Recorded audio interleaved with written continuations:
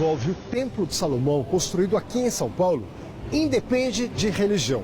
Pessoas de todas as crenças querem saber como ele é por dentro e quais os mistérios dessa construção gigantesca que fica no famoso bairro do Brás, em São Paulo. O templo é uma réplica da obra feita por Salomão, filho do rei Davi, em Jerusalém. Aqui de perto, ele é mais impressionante ainda. E a partir de agora, nós vamos conhecer cada detalhe, cada símbolo, cada significado dessa obra. Tudo aqui tem relação com as famosas passagens bíblicas envolvendo o povo de Israel, libertado pelo profeta Moisés. Miguel é o guia que vai me acompanhar na visita. Ele morou em Israel, estudou hebraico e também a história do templo. É autoridade no assunto.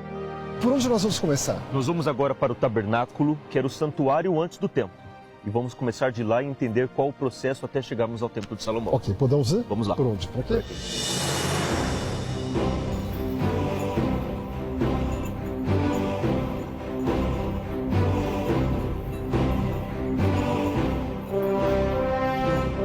Por aqui, tudo chama muito atenção. Cada objeto foi meticulosamente pensado e carrega seu significado bíblico. O que representam essas tamareiras aqui na entrada? Tudo aqui no Templo de Salomão tem um simbolismo muito forte, muito grande para as pessoas que visitam. As tamareiras representam força. Em Israel elas aguentam chuva, sol, neve, vento. Então nós decidimos trazê-las para cá para que as pessoas pudessem também entender que elas podem ser fortes e resistir a qualquer problema que elas venham enfrentar na vida. E elas vieram de lá, de Israel? Vieram de Israel. São 4 tamareiras de lá. Assim como essas pedras do revestimento também, Dan? Assim como no Templo de Salomão, em Jerusalém, as pedras foram tiradas de um local chamado Hebron. E nós trouxemos as mesmas pedras de lá que revestem todo o templo também de Hebron.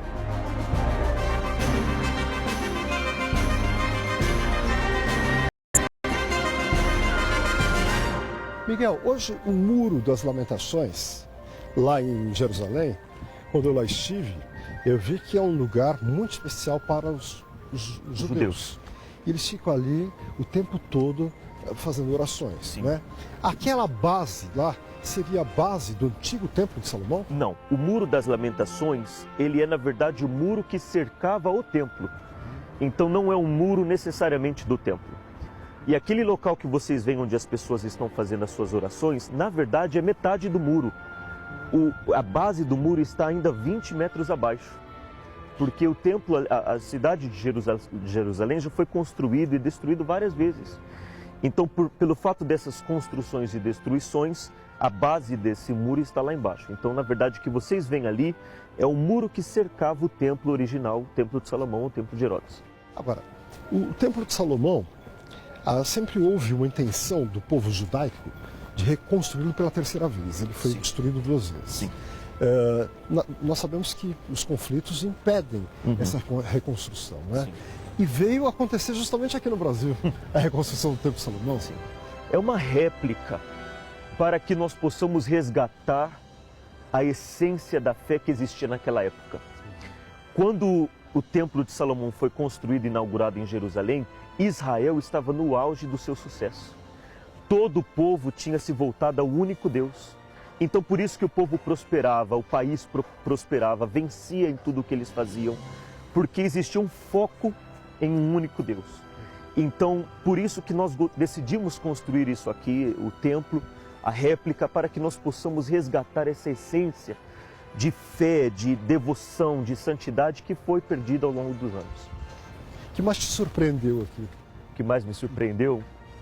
Quando a pessoa está em Israel, ela sente algo diferente, há uma energia diferente naquele local. Você está tocando nas pedras, pisando nas pedras que foram testemunhas de eventos grandiosos, bíblicos, que nós todos conhecemos desde criança. E quando eu pisei aqui no templo pela primeira vez, eu vi essa grandiosidade, as mesmas pedras aqui, então houve esse mesmo sentimento e de fé, por saber, poxa, agora eles têm um pedaço de Israel no Brasil. É impossível andar por aqui e não se admirar com a beleza e o acabamento de cada parte do santuário. Parece que voltei no tempo e estou na antiga Jerusalém. Olha só, Aqui à nossa esquerda nós temos uma foto do Monte Sinai. O povo de Israel viveu por 430 anos, os hebreus, no Egito, eram escravizados. Eles não tinham nenhuma perspectiva de vida. Deus os tirou de lá, porque Deus queria fazer desse povo um povo grande, o povo dele. E Deus os trouxe até o pé do Monte Sinai. No pé do Monte Sinai, o que ele tinha? Muitos escravos, ele precisava de ordem. Chamou Moisés no topo do Monte Sinai, deu a Moisés os 10 mandamentos, que é a base da vida. E os 10 mandamentos foi o fundamento para que esse povo começasse a se formar. Só que ele falou: Moisés, eu não quero ficar aqui em cima no bem bom, desculpa falar assim, mas no bem bom, e vocês aí embaixo sem mim. Eu quero ficar entre vocês, morar com vocês, quero estar próximo a vocês. Então me construa um tabernáculo para que eu possa habitar no meio de vocês. Então essa é a função do tabernáculo. Não somente para ter Deus junto com o povo, que esse sempre foi o desejo, mas também para ensinar um povo pecador como se aproximar de um Deus santo. E é o que nós vamos aprender agora. Vamos lá então. Vamos lá. Seguindo a história, estamos no pé do Monte Sinai, por volta do ano 1300 a.C. Chegamos ao Tabernáculo de Moisés, o local mais sagrado do povo judeu. Então a sensação quando a pessoa vem até o tabernáculo conhecer é que ela está realmente no deserto para entender realmente o que aconteceu. Então suponhamos aqui que nós tenhamos cerca de 3 milhões de pessoas acampadas ao redor do tabernáculo e divididas em tribos. Então 3 tribos para um lado, 3 tribos para o outro, rodeando aqui. E as pessoas ao se aproximarem do tabernáculo já via que era um lugar diferente de suas tendas.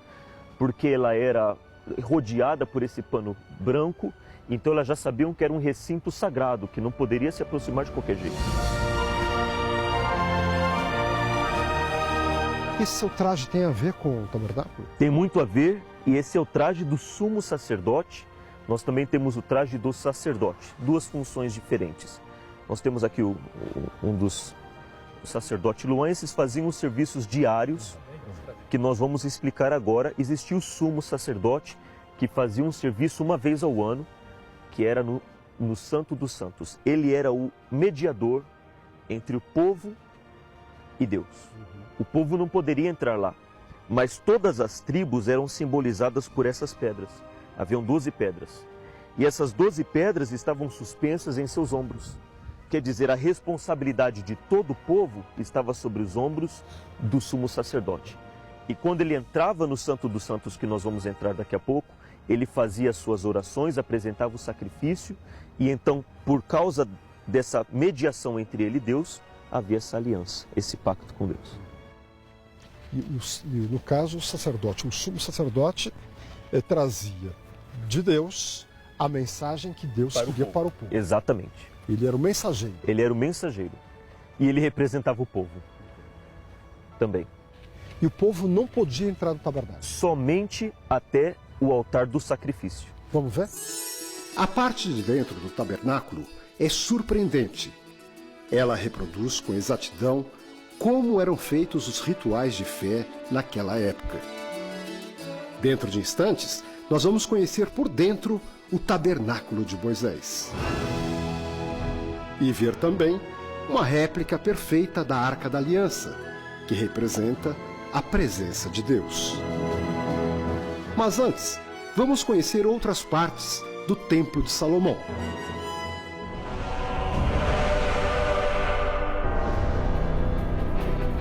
Este é o 3º templo construído na história da humanidade.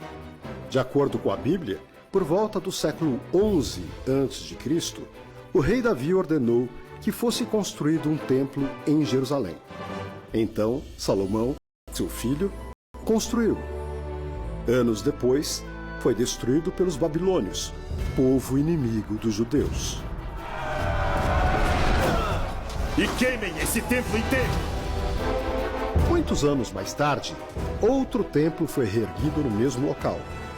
Mas, no ano 70 depois de Cristo, os romanos o derrubaram novamente. Tudo o que sobrou foi uma parte do muro que ficava em volta. É o Muro das Lamentações. Chegamos aqui no memorial do templo. Muitos perguntam por que construíram algo que parece a cúpula dourada lá de Jerusalém.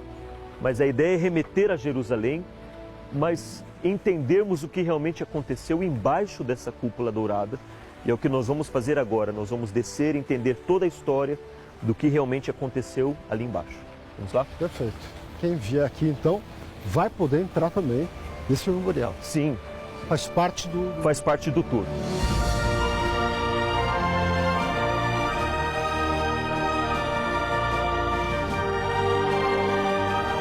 O memorial que ajuda a contar a história fica no subsolo e se estende por uma área de 250 metros quadrados. Estamos então aqui no memorial do templo e agora nós vamos entrar no túnel do templo para entendermos o que realmente aconteceu na cúpula dourada, embaixo da cúpula dourada. Aqui nós entramos no túnel do templo e é onde explicamos através de um filme o que realmente aconteceu embaixo da cúpula dourada. Essa visão que nós temos aqui é como se estivéssemos em pé no Monte das Oliveiras, em Jerusalém, e o que temos a nossa paisagem é a cidade velha de Jerusalém.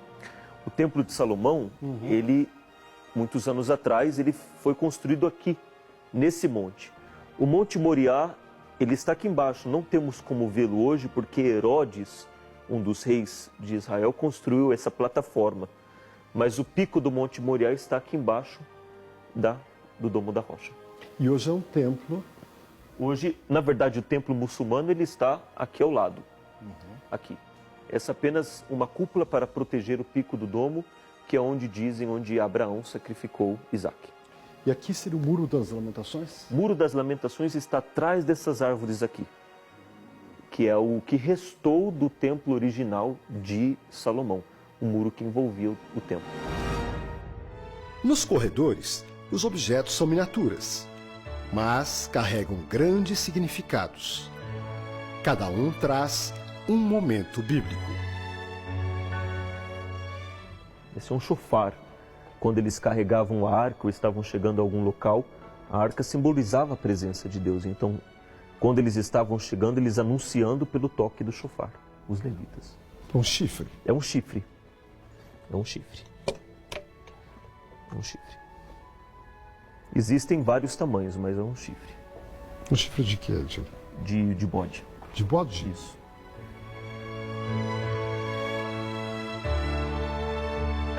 Deus falou com Moisés no Monte Sinai uma sarça.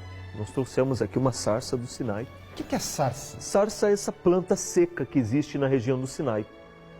Então Moisés estava pastoreando o gado dele e Deus apareceu a Moisés numa sarça. Então a sarça estava pegando fogo, mas ela não era consumida. E isso chamou a atenção de Moisés.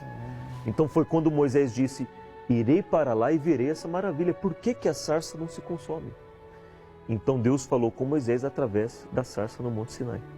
Essa era a sarça. Um modelo, né, que nós trouxemos de lá. É um arbusto seco. Eu estarei com você. E aqui dentro nós podemos finalmente então entender os objetos que Salomão construiu para o templo dele, o templo de Salomão. Quais são os objetos? Davi estava no palácio dele e ele falou assim: poxa, eu sou um rei, moro num palácio e a arca da aliança, a arca do meu Deus, ainda está numa tenda. Foi aí que ele teve o desejo de construir um templo para Deus. Só que Deus falou que Salomão queria construir, que era o filho dele. Então todos os elementos que Salomão fez eram muito maiores do que o que existia naquela tenda móvel. Aquela bacia que nós conhecemos, a bacia de bronze, ela se tornou o mar de bronze, que está bem ali. Era algo tão grande que precisava até de carretas de água para poder encher o mar. E todos os outros elementos que nós conhecemos lá, nós temos também a mesa de pães, os pães da presença, nós temos o altar do incenso, a menorá, as tábuas da lei, dessa vez escritas em hebraico. Com os 10 mandamentos? Os 10 mandamentos, exatamente.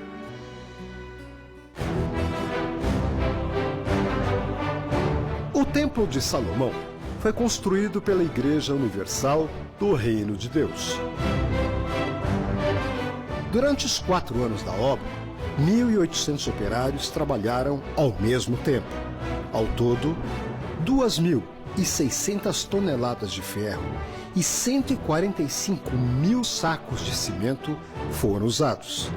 Além disso, foram necessárias cerca de 2.000 toneladas de aço, o suficiente para construir 2 vezes o Palácio do Planalto. Ao todo, foram 28 mil metros cúbicos de concreto.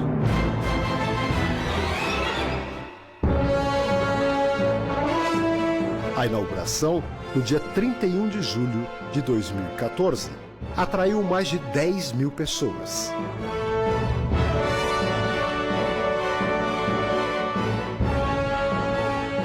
Além das principais autoridades do Brasil, 100 países de todos os continentes estiveram representados. A construção do templo foi notícia no mundo todo.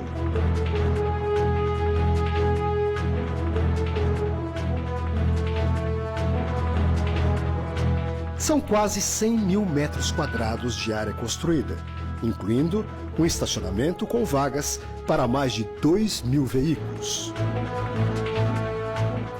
E uma informação surpreendente. Para uma construção deste porte, que recebe milhares de pessoas diariamente, foram feitos nada menos do que 300 banheiros.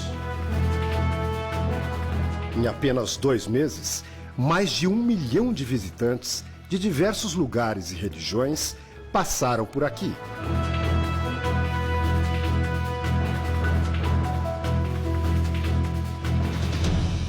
Fizemos a nossa caminhada e chegamos aqui em Jerusalém,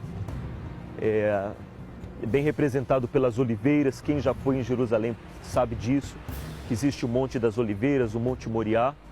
Então aqui nós fizemos esse jardim para que as pessoas pudessem lembrar o Monte das Oliveiras e realmente Jerusalém.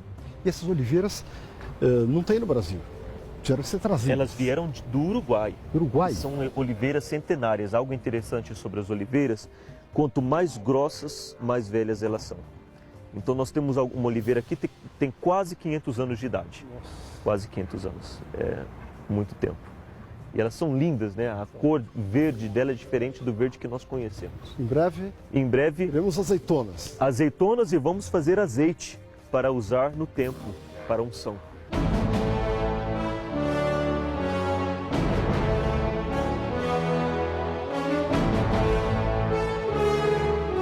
Já já, você vai conhecer o tabernáculo, o local onde os judeus se aproximavam de Deus.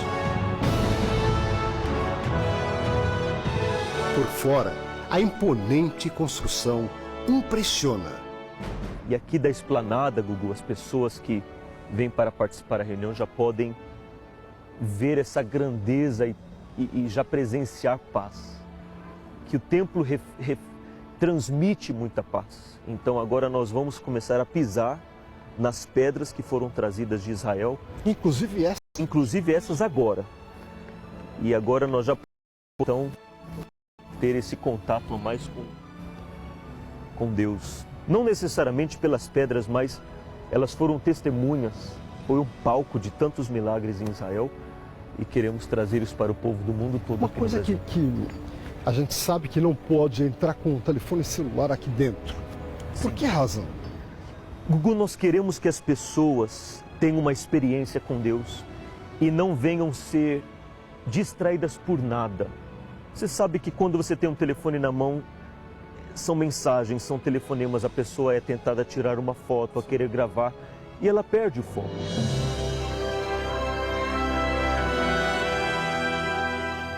Aqui é o átrio de entrada, antessala.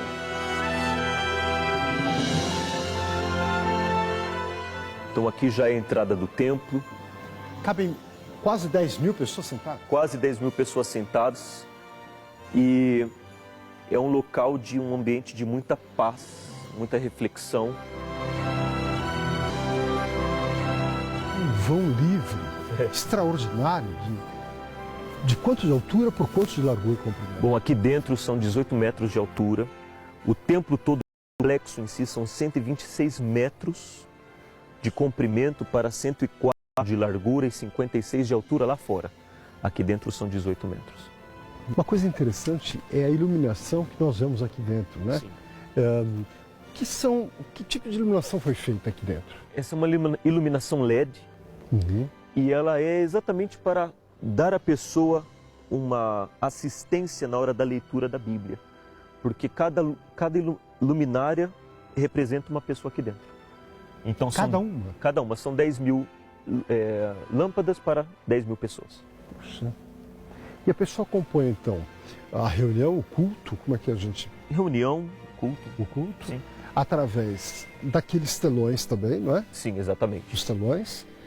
E eu me lembro de quando eu estive aqui na inauguração, eu vi uma projeção em cima desta cortina do altar. Foi um filme que nós passamos no dia e nós temos o sistema para fazer essa projeção também. Deus aparece e o ensina a usar sua revolta de forma mais eficaz, através da fé. No altar, 12 pedras representam as 12 tribos de Israel que foram libertadas por Deus. Então, algo interessante aqui que nós até podemos mostrar as cortinas vermelhas. Elas representam as cortinas que foram rasgadas na morte, no sacrifício de Jesus. Quando ele foi sacrificado, diz que aconteceu um terremoto em Jerusalém e o véu do santuário rasgou de cima a baixo. Por isso que ele é rasgado. Os dois lados, quer dizer, representando o sumo sacerdote está aqui. Quando as luzes se apagam, a verdadeira beleza de dentro do templo aparece. As 12 menorás, uma espécie de candelabros, se acendem. Este momento simboliza a presença de Deus no local. Então é um momento de reflexão, um momento de conexão, um momento que a pessoa ela tem aqui entre ela, os pensamentos dela voltados para Deus. E elas podem ter essa experiência antes da reunião começar, do serviço. E a gente tem a impressão, né, que realmente tem uma chama ali dentro. Sim. Né? Sim, as chamas ficam piscando, né? Como móveis, né? Móveis, exatamente.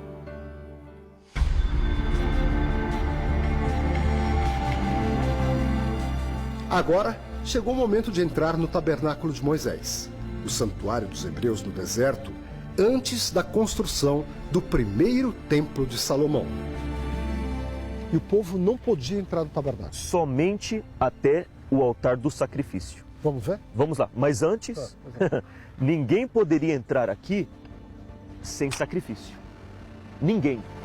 Independente de quem seja. Ou o sacerdote, o sumo, ou uma pessoa que veio aqui pedir perdão. Todas as pessoas que quisessem entrar aqui tinham que trazer um sacrifício. Porque isso era prova de que a pessoa queria um compromisso com Deus. Não bastasse chegar aqui e falar, eu quero entrar, eu quero encontrar a Deus. Prova que você quer. Está aqui o sacrifício. Tinha que ser macho, tinha que ser perfeito, o sacerdote examinava o animal, não poderia ser caolho, não poderia ter nenhum defeito. Então, se o animal fosse aprovado, essa pessoa tinha o direito de entrar e oferecer a Deus o sacrifício e ser perdoada dos pecados. E o que faziam com o animal? Vamos entender lá dentro? Vamos lá. Tudo aqui é um retrato fiel da história. Os tamanhos são proporcionais, exatamente como foi escrito na Bíblia. As pessoas entravam aqui por dois motivos. Primeiro, perdão de pecados. Era o principal. Segundo, agradecimento. Ambos os dois precisavam de um sacrifício. Então vamos supor aqui que, usando você como exemplo, houve um roubo ou um adultério, uma mentira e a sua consciência está pesando. Você sente que há alguma coisa de errado entre você e Deus. Então você tinha que trazer um animal perfeito. Por quê? Porque a sua imperfeição iria ser passado para o animal. E a perfeição do animal iria ser passado para você. Então aqui existia uma troca. O sangue puro do animal cobriria o sangue impuro e o sangue impuro iria cair sobre o animal. O salário do pecado é a morte. Então, como você estava em pecado, era para você morrer. Quem está morrendo no teu lugar? O animal. Então, a pessoa teria que colocar as duas mãos sobre o animal, por favor. Assim? Sim, olhar nos olhos do animal e então confessaria os pecados e o sacerdote matava o animal. A pessoa tinha que ver o animal morrendo. Por quê? Porque era a pessoa que era para estar aqui. Para que quando ela saísse daqui, ela nunca mais viesse a cometer o erro que ela cometeu. Ela iria lembrar daquela cena. Então, nesse momento, o seu pecado seria passado para o animal. Hoje, muitas pessoas podem falar assim, poxa, mas matar animalzinho... Deus preferia que um animal morresse do que a criatura que tinha semelhança e imagem dele viesse a morrer. Muito interessante. E aí pegava o animal e jogava aqui dentro? Aí o sangue do animal era colocado nessa bacia, aspergido nos 4 cantos, e por causa do pecado ele era oferecido totalmente a Deus aí dentro. Você pode dar uma olhada aí como que estão as peças. Uhum. Então, o sacrifício para o pecado consumia todo o animal. Já o sacrifício de agradecimento, somente a gordura era colocado aqui. Ah, tem a diferença, Tem então? a diferença, porque a carne ficava para o alimento dos sacerdotes. Então, os sacerdotes se alimentavam da carne, da oferta que era oferecido pela gratidão, por gratidão. Já pela oferta tinha que ser totalmente consumida. Pelo pecado? Pelo pecado, tinha que ser totalmente consumida. Lá ficava o quê? Lá é o tabernáculo. Lá é o tabernáculo e as pessoas tinham acesso só até aqui. Ah, só até aqui? Só até aqui. Daqui em diante, quem representava a pessoa no tabernáculo eram os sacerdotes. Esse daqui é chamado bacia de bronze. Após o sacrifício, ele eventualmente estava com as mãos sujas, cinzas e sangue. Então ele tinha que purificar as mãos, purificar os pés antes de entrar no recinto sagrado. Ao entrar no tabernáculo, sinto que estou vivendo um pouco da história do povo judeu. Então aqui nós temos o tabernáculo do tamanho exato, com os elementos do tamanho exato, e todos esses elementos existem simbolismos muito grandes. Aqui nós temos 12 pães. Lembrando que as pessoas não tinham acesso aqui, não tinha como, eram muitas pessoas. Então Deus mandou que fizessem 12 pães, cada pão representava uma tribo. E eles ficavam sobre essa mesa, se chamava mesa da preposição ou mesa da presença, pães da presença. Quer dizer, mesmo as pessoas não estando aqui, elas estavam simbolizando os pães estavam simbolizando elas sobre a mesa. Então elas estavam aqui, não fisicamente, mas representadas pelos pães perante Deus. E os sacerdotes tinham que examinar, para ver se não tinha nenhum mofo sobre os pães, porque o pão representava a tribo toda. Então ele examinava se tinha algum mofo, tinha que trocar. E a cada 7 dias eles se alimentavam desses pães e outros 12 pães eram colocados sobre a mesa. E esta cabana, uma cabana É de uma pano? cabana. De pano? Realmente é uma cabana. Ela viajava pelo deserto. Ela viajava pelo deserto, era um tabernáculo móvel. Eu creio que pré-moldado já existia naquela época. Você pode ver aqui as vigas. Uhum. Elas eram todas encaixadas uma na outra. Do lado de fora você pode ver melhor. Então, era assim, quando Deus falava, vamos em frente. Os levitas vinham e desmontavam a cabana toda, cobriam os elementos e carregavam até a nuvem parar.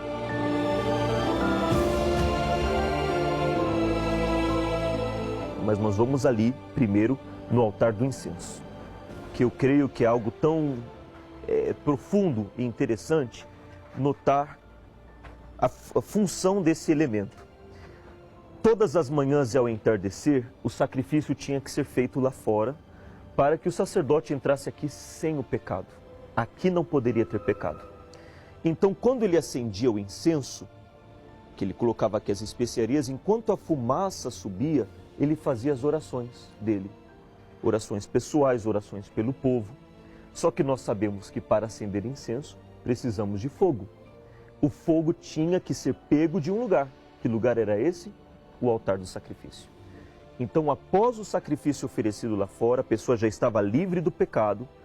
Ele pegava um pouco das brasas, colocava dentro do altar, e enquanto o altar esquentava, ele apresentava as especiarias e orava enquanto a fumaça subia. Não poderia ser fogo de nenhum outro lugar. Se o sacrifício não fosse aceito, se a pessoa não fosse sincera, a fumaça não subia, a fumaça ficava por aí. Muito interessante. Interessante. E esse, no caso, isso aqui é uma réplica. É uma réplica altar do incenso. E ela funciona ou não? Funciona, se nós colocarmos... Se colocar fogo... Tudo aqui funciona.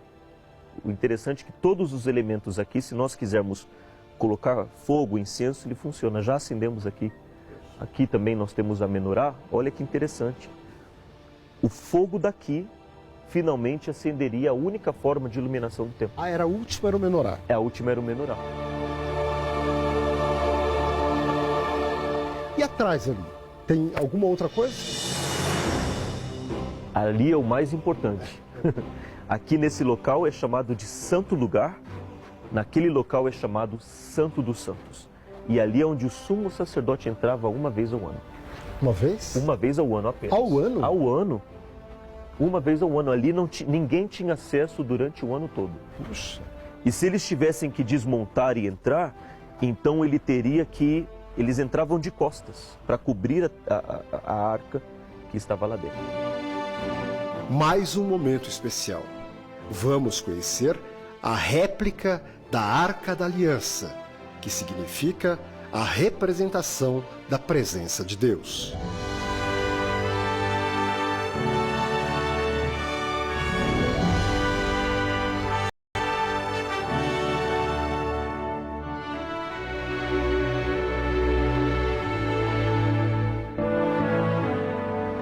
E aqui nós temos a arca. Essa é a Arca da Aliança, é a peça-chave. É algo interessante, nós falamos tanto Arca da Aliança, e é algo muito simples.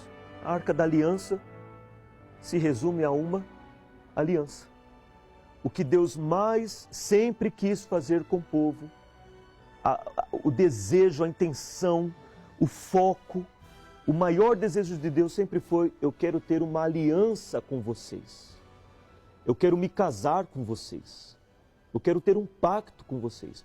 Eu quero dar tudo de mim para vocês, como um marido dá tudo de si para a esposa. Só que para que isso aconteça, vocês têm que abandonar os seus velhos caminhos, os seus velhos costumes, abandonar as suas idolatrias. Vocês têm que reconhecer que eu sou o único Deus. Vocês têm que abandonar os seus erros, as suas mentiras, prostituições. Abandone o que é errado. Volte-se a mim através desse trajeto que nós montamos aqui, que é bíblico, que foi ditado pelo próprio Deus. Aqui não existia religião. O que nós aprendemos aqui foi o próprio Deus que nos ensinou lá no livro de Êxodo. Vocês traçassem esse caminho, se purificassem, se preparassem como uma noiva para finalmente firmarmos uma aliança, um casamento. Por isso o nome Arca da Aliança. E no caso a Arca da Aliança era o que exatamente? Era uma caixa dourada, que é aqui embaixo. Ela era feita de madeira de acácia, revestida de ouro. E eram duas peças, na verdade. Essa é a Arca da Aliança. Essa parte de cima, a tampa, era chamada de propiciatório, o trono da graça. Porque era aqui o trono de Deus que se revelava para o sumo sacerdote que estava aqui. Então Deus falava com Moisés e com o sumo sacerdote dentre esses querubins. Então nós chamamos toda essa peça de Arca da Aliança, mas na verdade a arca é a caixa.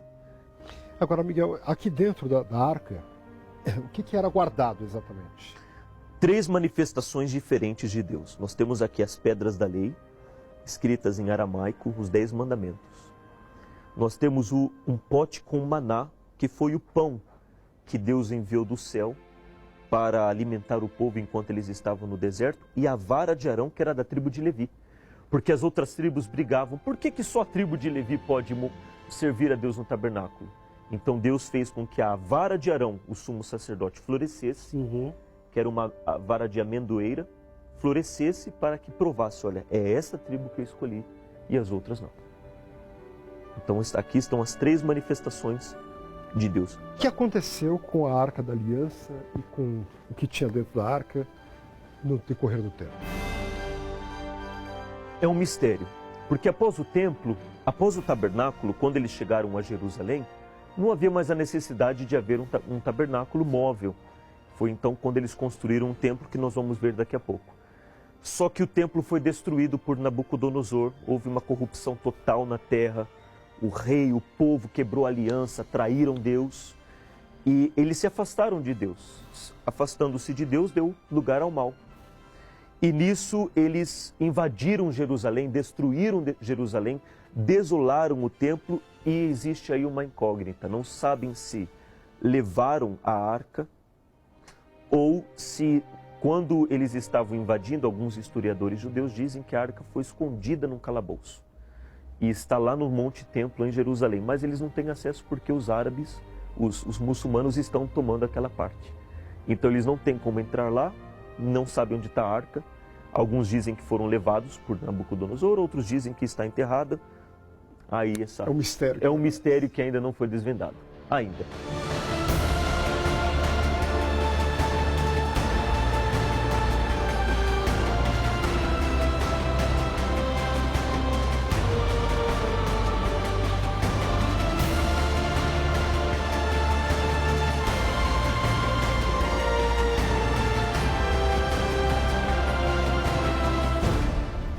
Posso dizer para vocês assim, eu me sinto muito pequenininho. Olha a altura que tem essa obra extraordinária. Pois é, muito grande, Gugu, só que muito maior é Deus. Nós não podemos conter Deus dentro do templo. É praticamente impossível, Ele é o Criador do universo.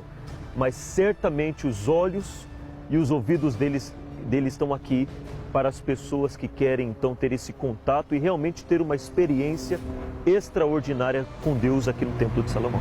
Obrigado. Foi um prazer imenso.